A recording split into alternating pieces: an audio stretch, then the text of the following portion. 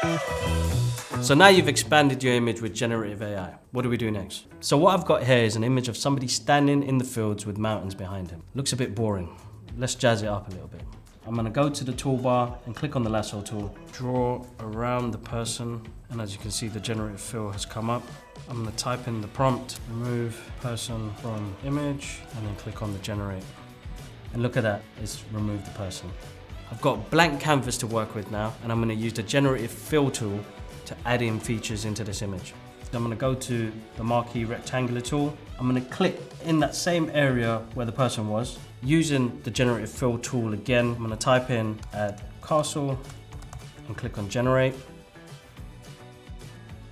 It's giving me 3 options. If I'm still not happy with them, if I click on the generate button again, it will allow me to recreate more castles.